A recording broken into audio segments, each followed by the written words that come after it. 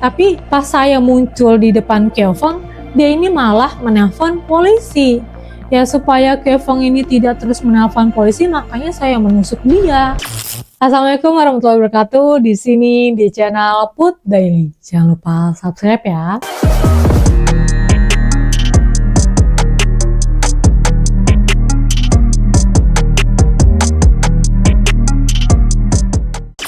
Di sini guys, gue akan menceritakan seorang wanita tiktokers asal Cina. Ya kalau di Cina kan nama TikTok itu bukan TikTok ya, tapi Douyin. Sama, tapi cuma beda negara aja gitu. Pasti dari kalian seringlah melihat wanita-wanita dari Cina ini sering FYP di TikTok karena sering memberikan tutorial makeup Douyin atau dress-dress ala-ala Cina atau drama-drama pendek Cina. Pokoknya terkenal dan sering banget gue tonton drama Cina itu. Tapi mereka ini mengetahui kalau mereka ini FYP di TikTok, bahkan dia tahu kalau video dia ini ada di TikTok. Dan perempuan yang gue bahas sekarang guys, dia ini awalnya tidak tahu kalau video dia ini ada di TikTok, bahkan viral di TikTok, FYP di TikTok guys. Dan bahkan dia dibunuh di depan mesin capit di pusat kota Sesi Zhejiang. Dan yang melakukan itu adalah mantan pacarnya yang terlalu obsesi sama wanita tersebut guys. Oke, sekarang kita ke kisahnya. Pada malam tanggal 1 Agustus 2018, di depan mesin capit di pusat kota Sesi Zhejiang, seorang gadis muda dibunuh di depan umum. Ini di keramaian guys, bukan di tempat sepi ya.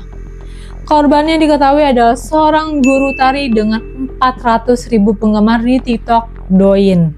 Wanita tersebut bernama Chen Keofeng yang berusia 22 tahun yang lahir di Sesi Zhejiang pada tahun 1996.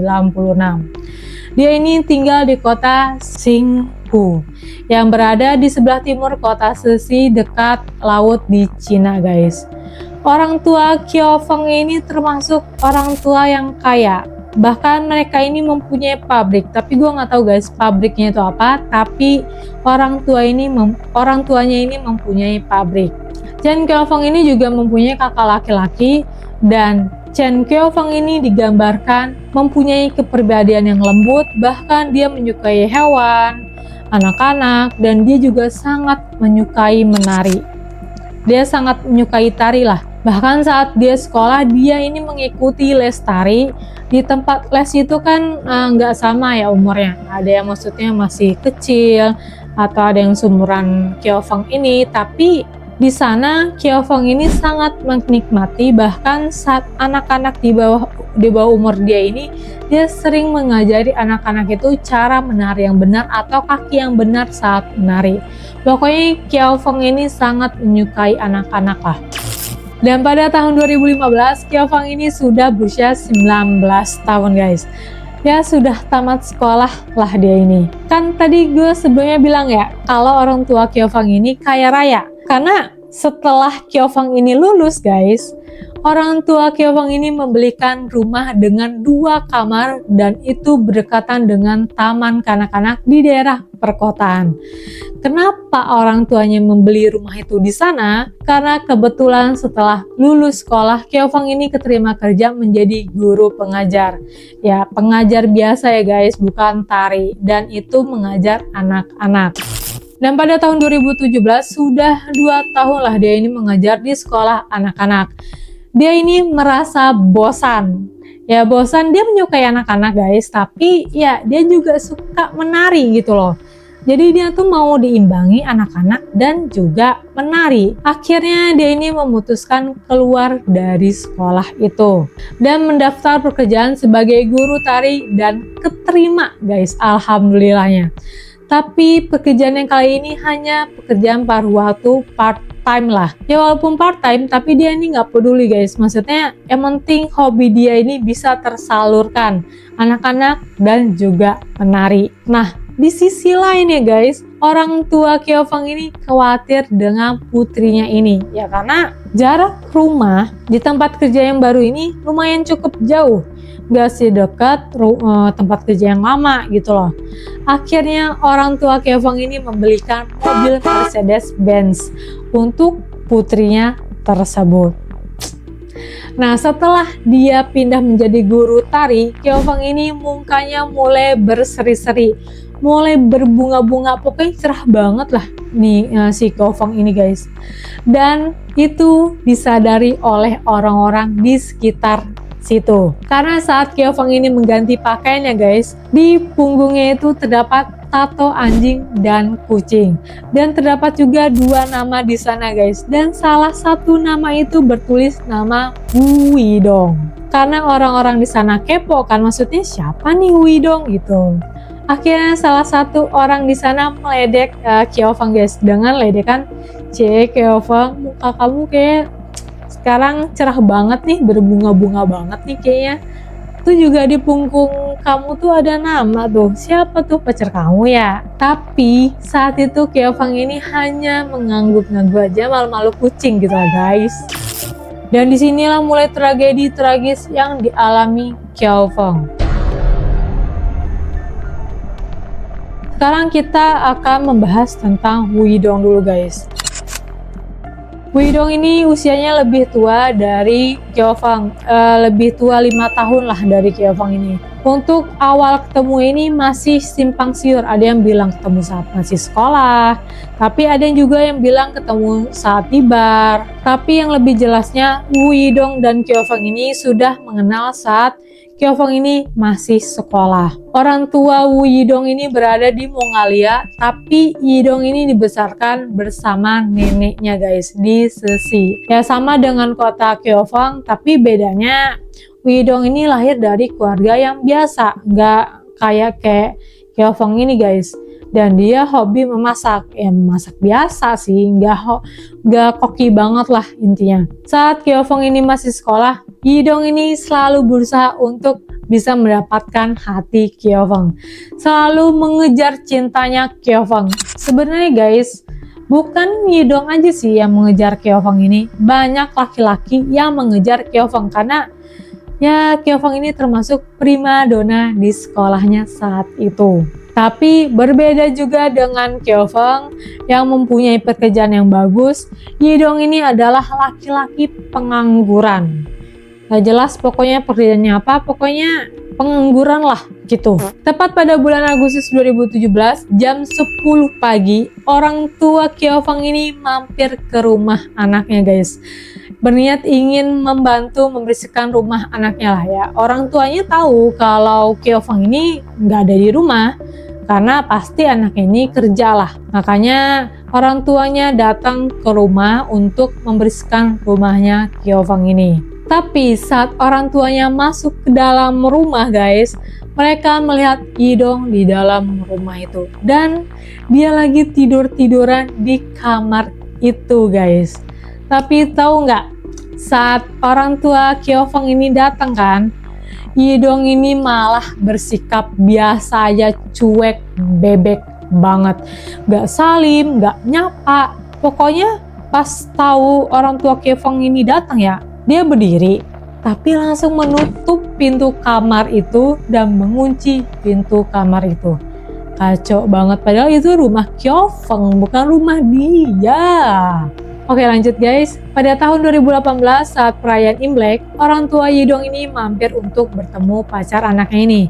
Dan orang tua Widong ini sangat menyukai Keofeng saat pertama kali bertemu. Ya Keofeng ini cantik guys, jadi wajar ya. Bahkan mereka juga memberikan ampau sebesar 10.000 yuan ke Keofeng, atau hampir setara dengan 22 juta untuk tahun sekarang ya guys. Sejak itu Keofeng ini mulai dekat dengan orang tuanya Widong. Bahkan ketika orang tua Widong ini sakit, Keofeng lah yang merawat mereka. Benar-benar lembut banget hati Keofeng ini guys.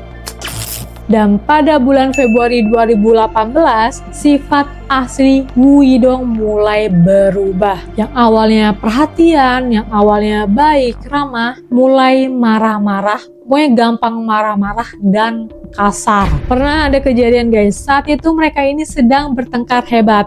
Tapi saat itu Keofeng ini ingin berangkat kerja, jadi kayak udah telat lah. Walaupun Yidong ini sedang marah-marah nggak jelas, Kyofang ini langsung main pergi aja, langsung masuk ke dalam mobil, pergi gitu untuk berangkat kerja. Tapi tiba-tiba Yidong muncul di depan mobilnya Kyofang.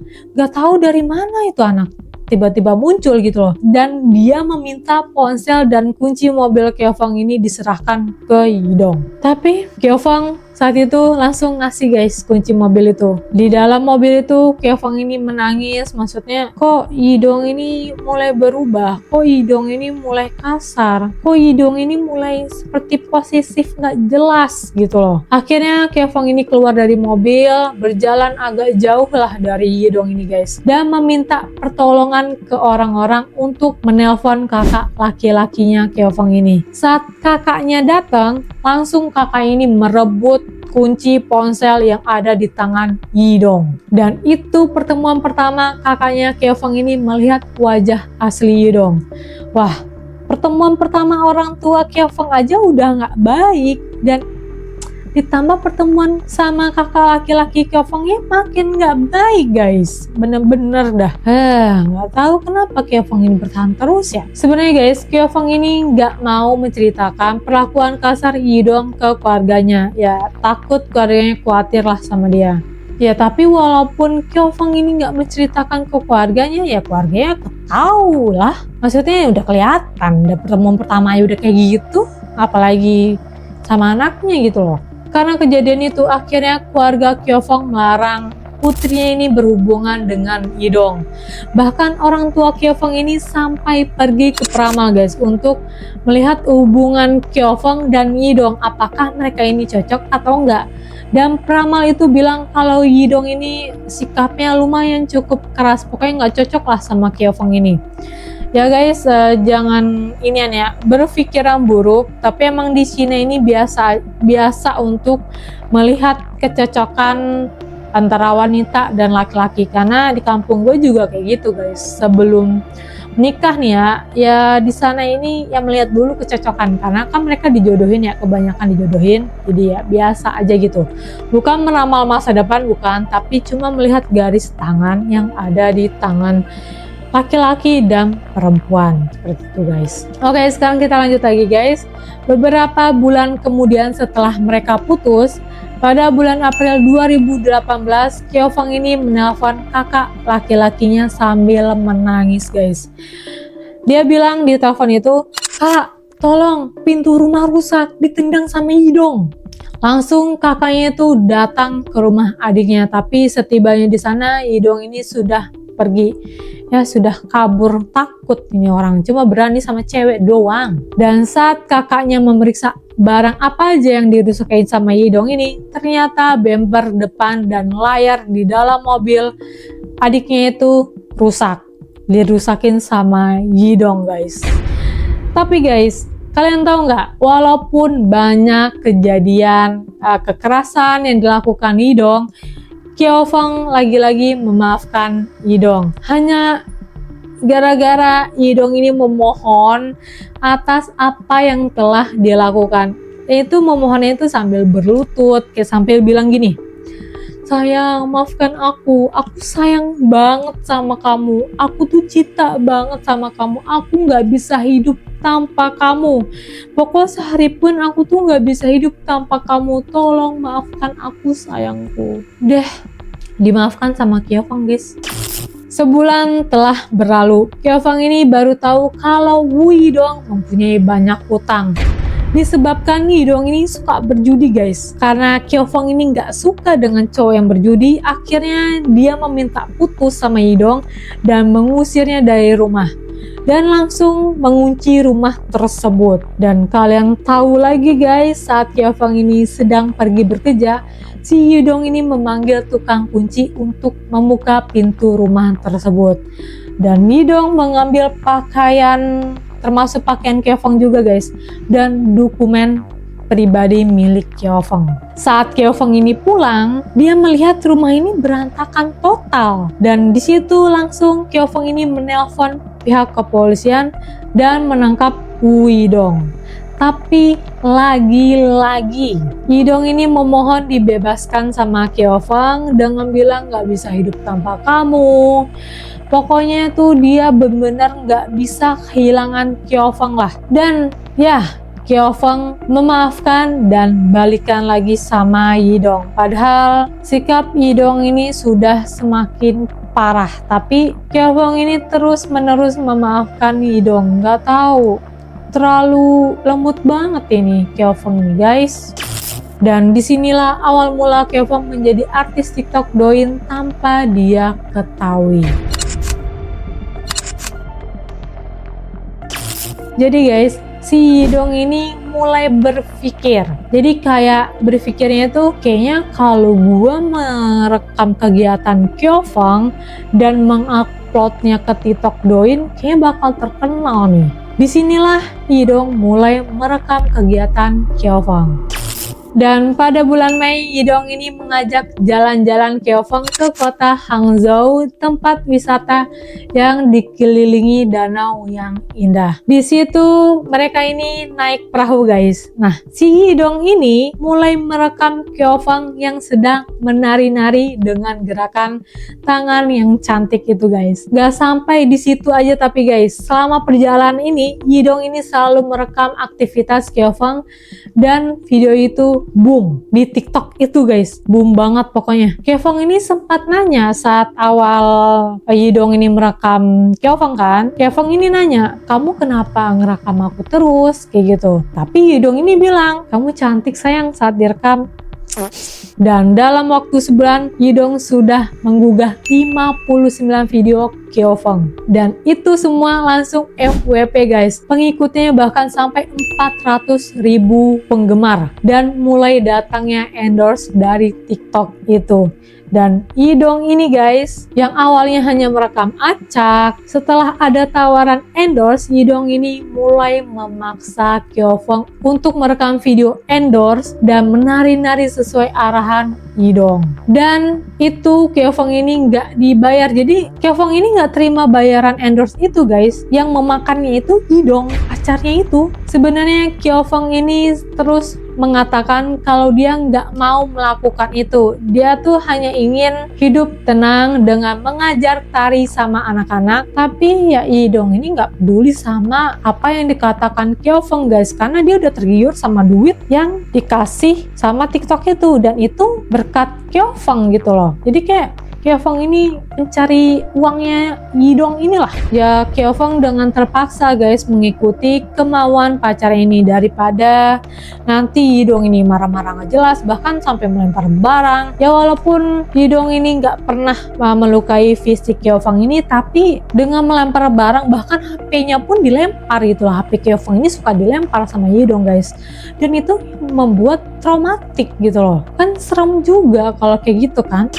Saat jam 2 pagi, guys, pada tanggal 20 Juni 2018, Kyeofang ini saat itu sedang tertidur lelap. Nah, si Yidong ini mengambil HP Kyeofang ini, guys, dan membuka aplikasi bank milik Kyeofang ini dan mengirim uang sebesar 10.000 yuan ke rekeningnya Yidong. Wah, bener-bener dah udah dapat endorsan terus mengambil uang Kyeofang loh. Saat Kyeofang ini bangun kan di pagi hari, dia melihat saldonya ini berkurang.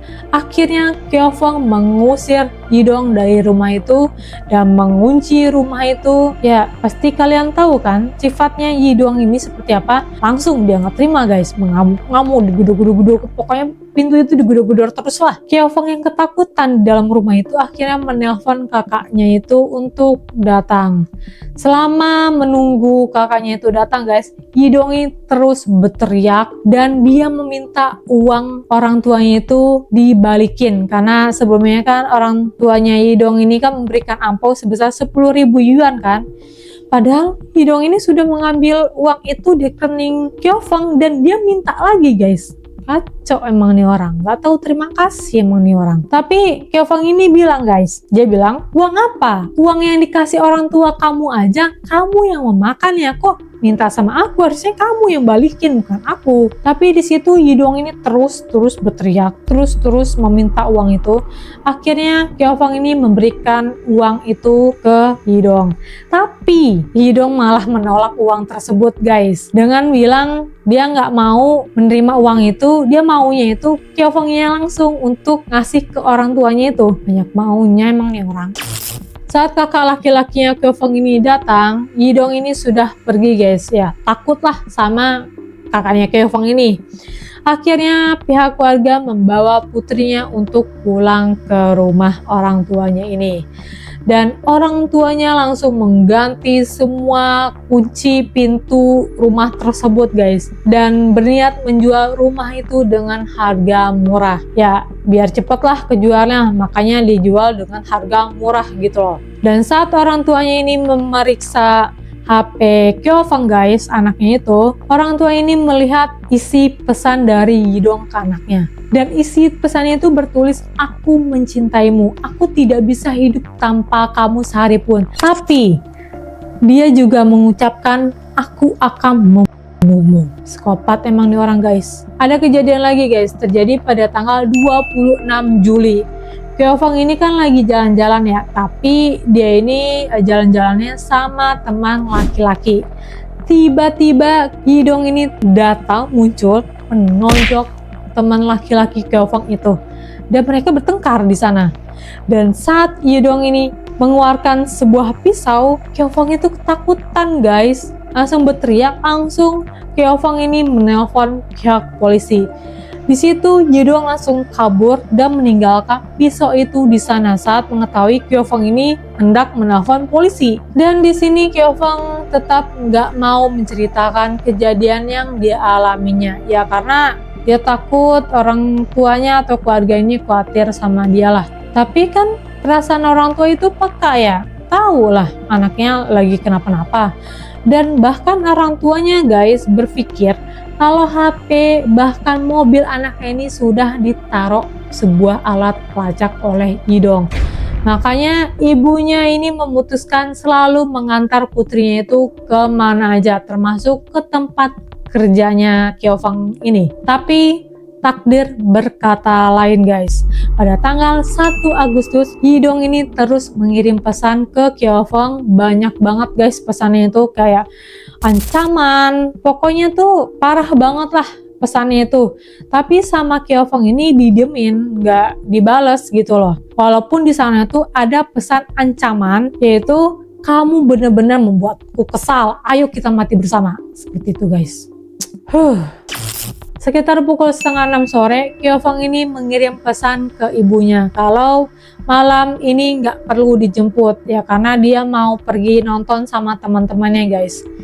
Dan di situ perasaan ibunya ini mulai nggak enak, mulai khawatir, kayak udah takut terjadi apa-apa sama anaknya ini guys. Dan benar aja guys, sekitar jam 8 malam, Kyeofang ini kan selesai pulang kerja ya, dan mau pergi untuk menonton film.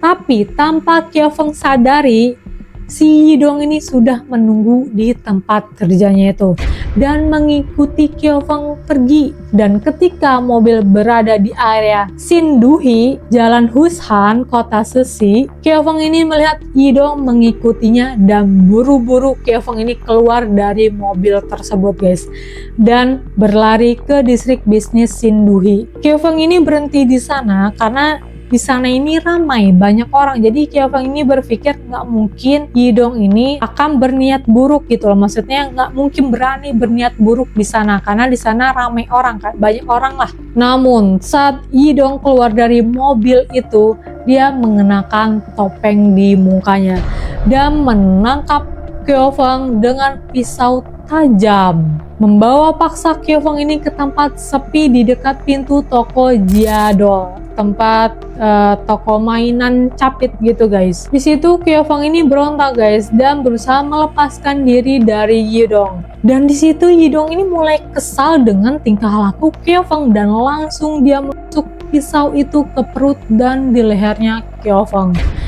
Dan kebetulan guys, di situ ada penjaga toko dan mencoba menghentikan perbuatan Yidong ini. Tapi bukannya Yidong ini berhenti, malah dia ini menusuk penjaga toko tersebut. Tapi si penjaga toko itu dengan menahan rasa sakit akibat tusukan yang dilakukan Yidong ini, langsung pemilik toko itu mengambil pelan yang kebetulan lagi ada di sampingnya itu guys, di sebelahnya itu, dan memukul Yidong sampai Yidong ini pergi dari situ, yang meninggalkan mereka berdua lah. Dan Kyeofong meninggal seketika dengan 16 tusukan yang dilakukan Yidong. Sebenarnya guys, saat Kyeofong ini ditarik paksa sama Yidong, Kyeofong ini sudah berteriak minta tolong sama orang-orang yang ada di sana guys, karena ya emang lagi ramai di sana gitu loh, nggak sepi, tapi nggak ada satupun orang yang menolong Kyeofong pada saat itu guys. Sedikit cerita dari pengalaman gua, waktu itu gua kan pulang kampung ya, pada tahun berapa ya gua lupa. Pokoknya saat itu ada kejadian di pasar deket banget di rumah gua. Jadi saat itu tuh lagi ada perebutan tanah. Jadi si A ini menang dalam hak waris di pengadilan, dan si B tidak terima atas putusan itu. Ketika mereka berdebat di sebuah pasar yang tentunya lagi banyak orang, bahkan ada banyak bapak di sana pada saat itu. Tapi saat si A ini ditusuk sama si B, gak ada satupun orang yang menolongnya guys. Bahkan gak ada yang menangkap si B atau berusaha menahan si B ini kabur gitu loh. Hah gitu. Udah lanjut ke cerita guys. Pada jam setengah 10 malam, Woo Yidong tiba-tiba menyerahkan diri ke kantor polisi. Ya karena dia tahu dia ini nggak bisa kabur, dan berpikir dengan cara dia menyerahkan diri, ya dia akan dikurangi hukumannya gitu loh. Keluarga Kyeofong yang sangat terpukul atas kehilangan putrinya itu, apalagi ibunya kan yang merasa menyesalah karena tidak mengantar putrinya itu saat pulang dari tempat kerja. Dan setelah diselidiki lagi guys, orang tua Kyeofong ini melihat HP anaknya itu, dan setelah melihat saldo di dalam rekening anaknya itu hanya tersisa 60 sen, yang nggak sampai 50 ribuan lah guys di situ. Padahal ya gaji Kyeofong ini sebulannya bisa sampai 10.000 yuan, termasuk gede gitu loh. Dan mereka tahu anaknya ini bukan anak yang foya-foya atau boros. Bahkan barang yang dipakai anaknya itu gak ada satupun yang mahal. Bener-bener sederhana anaknya ini guys. Dan di HP itu juga melihat pesan yang dikirim oleh Yidong. Dari pesan ancaman pembunuhan bahkan sampai mengarah ke pelecehan. Sekarang kita ke persidangan kasus pertama atas kematian Chen Kyeofong. Pada tanggal 3 April 2019, Woo Yidong ini muncul di pengadilan dengan badan yang lebih gemuk dari biasanya guys. Di persidangan itu, Yidong ini mengatakan atau mengungkapkan, hakim saat itu saya membawa pisau malam itu hanya untuk menakut-nakuti Kyeofong aja. Hanya mengancamnya untuk bisa berbaikan dengan saya. Tapi pas saya muncul di depan Kyeofong, dia ini malah menelpon polisi. Ya supaya Kyeofong ini tidak terus menelpon polisi, makanya saya menusuk dia. Tahu nggak guys, tanpa rasa malu, Yidong ini malah menyalahkan ibunya Kyeofong dengan mengatakan, saya tahu kok kalau ibunya Kyeofong ini selalu menemani Kyeofong kemana anaknya pergi. Tapi coba aja pada saat itu ibunya ini menjemput anaknya kayak biasanya, ya pasti nggak akan kejadian kayak gini. Wah, tahu guys, di situ ibunya Kyeofong ini berteriak histeris dan jatuh pingsan. Akhirnya sidang pertama hakim memutuskan bahwa terdakwa Woo Yidong telah melakukan tindakan pembunuhan berencana. Disebabkan setelah putus dengan Kyeofong yang tidak mau kembali lagi ke Yidong, makanya dia ini mengikuti korban walaupun di tempat ramai. Karena Kyeofong ini terus menolak, akhirnya Yidong membunuhnya dengan kejam. Walau dia menyerahkan diri, tapi itu tidak cukup untuk pengurangan hukumannya, dan Woo Yidong dijatuhi hukuman mati. Dan pastinya Woo Yidong ini tidak terima atas putusan hakim itu guys, dan mengajukan banding. Pengacara Yidong ini bilang, hakim, Widong ini sama sekali tidak ada niatan membunuh Kyofang. Di saat itu hanya ingin mengintimidasi korban agar dia mau balikan. Di situ pihak keluarga Yidong menyerahkan surat keterangan dari dokter kalau Yidong ini mengalami gangguan mental atau depresi akibat berpisah dari Kyofang. Wah, kacau banget ini keluarganya Yidong. Padahal saat keluarganya Yidong ini sakit, Kyofang lah yang menemani keluarganya gitu loh. Emang nggak tahu terima kasih dan nggak punya perasaan emang ini mereka semua. Akhirnya November 2019 sidang kedua dimulai, tapi alhamdulillahnya guys, hakim tetap memutuskan hukuman mati ke Wu Yidong. Dan pada tanggal 31 Agustus 2020, Wu Yidong dieksekusi.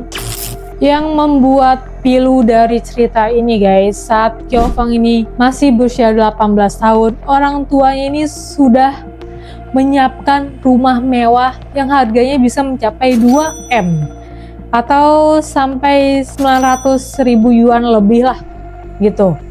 Ibunya bilang guys, rumah itu masih dalam keadaan kosong. Sengaja saya biarkan dalam keadaan kosong karena saya ingin Kyofang sendiri yang menghiasi rumah itu. Tapi ya takdir berkata lain. Terima kasih sudah menonton di channel Put Daily ini. Mohon guys like, comment, subscribe, dan gue butuh banget kritikan. Terima kasih untuk yang mengkritik dan mohon maaf belum berkembang banget lah dari guanya. Mohon tunggu proses perkembangan dari gua ya guys. Wassalamualaikum warahmatullahi wabarakatuh.